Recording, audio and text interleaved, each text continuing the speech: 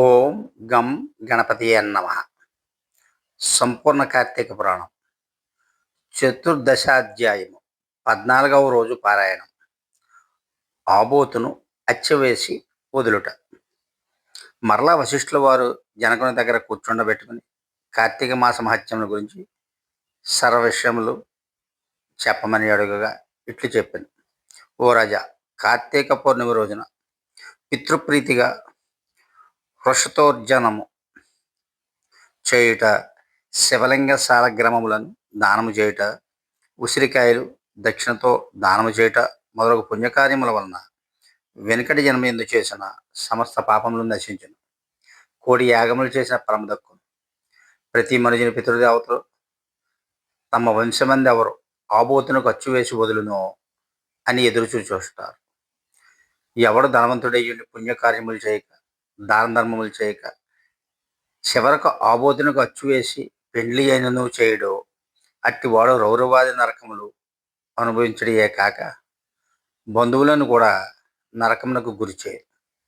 కావున ప్రతి సంవత్సరం కార్తీక మాసమున తన శక్తి కొలది దానం చేసి నిష్ఠతో వ్రతం ఆచరించి సాయం సంధ్యా సమయంలో శివకేశవుల ఆలయమునందు దీపారాధన చేసి ఆ రాత్రి అంతయు జాగరముండి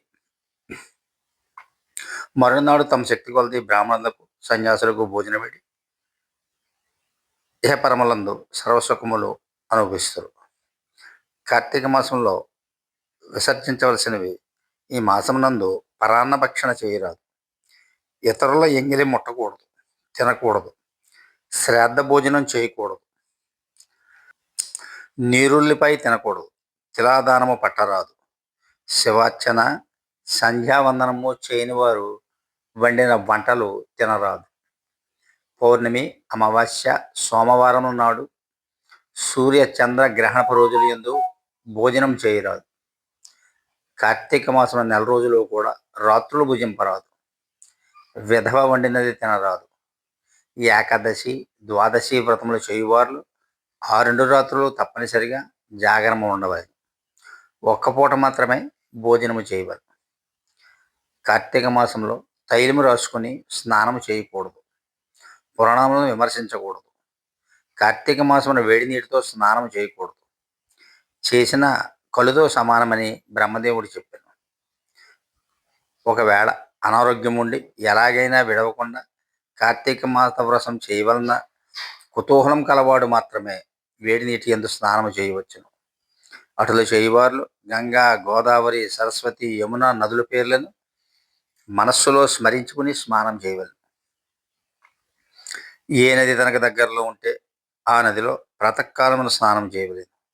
అటులు చేయని యెడల మహాపాపి అయి జన్మ జన్మములు నరక కూపన పడతారు. ఒకవేళ నదులు అందుబాటులో లేనప్పుడు నూతి దగ్గర కానీ చెరువు నందు కానీ స్నానం చేయవచ్చు. అప్పుడు ఈ క్రింది శ్లోకాన్ని పఠించండి. గంగే చ యమునే చైవ గోదావరి సరస్వతి నర్మదా సింధు కావేరి జలస్మిన్ సన్నిధిం కురు అని పఠించుతూ స్నానం చేయవలను. కార్తీక మాస వ్రతం చేయవారు పగలు పురాణ పఠన శ్రవణం, హరికథా కాలక్షేపంతో కాలం గడపవలను. సాయంకాలం సంధ్యావందనాది కార్యక్రమాలు ముగించుకొని పూజామందిరంలో ఉన్న శివుని కల్పోత్కముగా పూజించవలను. కార్తీక మాస శివ పూజ విధానం: ఓం శివాయ నమః ధ్యానం సమర్పయామి. ఓం పరమేశ్వరాయ నమః ఆవాహనం సమర్పయామి. ఓం కైలాసవాసాయ నమః నవరత్న సింహాసనం సమర్పయామి. ఓం గౌరీనాథాయ నమః పాద్యం సమర్పయామి. ఓం లోకేశ్వరాయ నమః అర్ఘ్యం సమర్పయామి. ఓం వృషభవాహనాయ నమః స్నానం సమర్పయామి. ఓం దిగంబరాయ నమః వస్త్రం సమర్పయామి. ఓం జగన్నాథాయ నమః యజ్ఞోపవీతం సమర్పయామి. ఓం కపాలధారిణే నమః గంధం సమర్పయామి. ఓం సంపూర్ణ గుణాయ నమః పుష్పం సమర్పయామి. ఓం మహేశ్వరాయ నమః అక్షతాన్ సమర్పయామి. ఓం పార్వతీనాథాయ నమః ధూపం సమర్పయామి.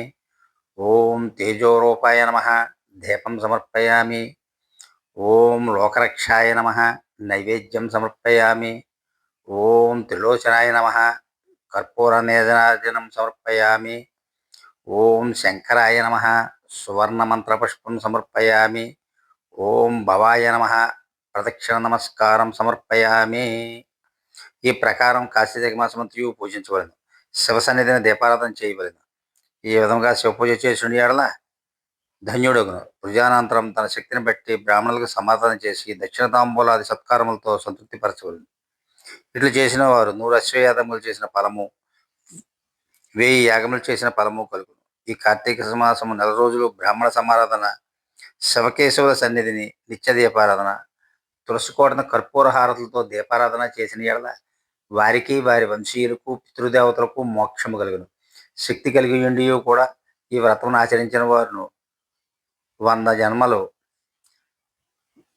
రకరకాలుగా జన్మించి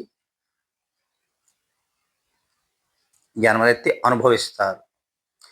ఈ వ్రతము ఆచరించిన వారు శాస్త్రోక్తకముగా 15 జన్మల యొక్క పూర్వజ్ఞానం కలుగును. వ్రతము చేసినను, పురాణము చదివినను, విన్నను అట్టివారులకు సకలైశ్వర్యములు కలిగి మోక్షప్రాప్తి కలుగును. చతుర్దశాధ్యాయము 14వ రోజు పారాయణము సమాప్తం. నిషిద్ధములు: ఇష్టమైన వస్తువులు ఉసిరి, దానములు నువ్వులు, ఇనుము, దున్నపోతు లేదా గేదె. పూజించాల్సిన దైవం యముడు. జపించాల్సిన మంత్రం ఓం తిలప్రియాయ సర్వసంహార హేతినే స్వాహ. ఫలితం: అకాల మృత్యువులు తొలగిపో.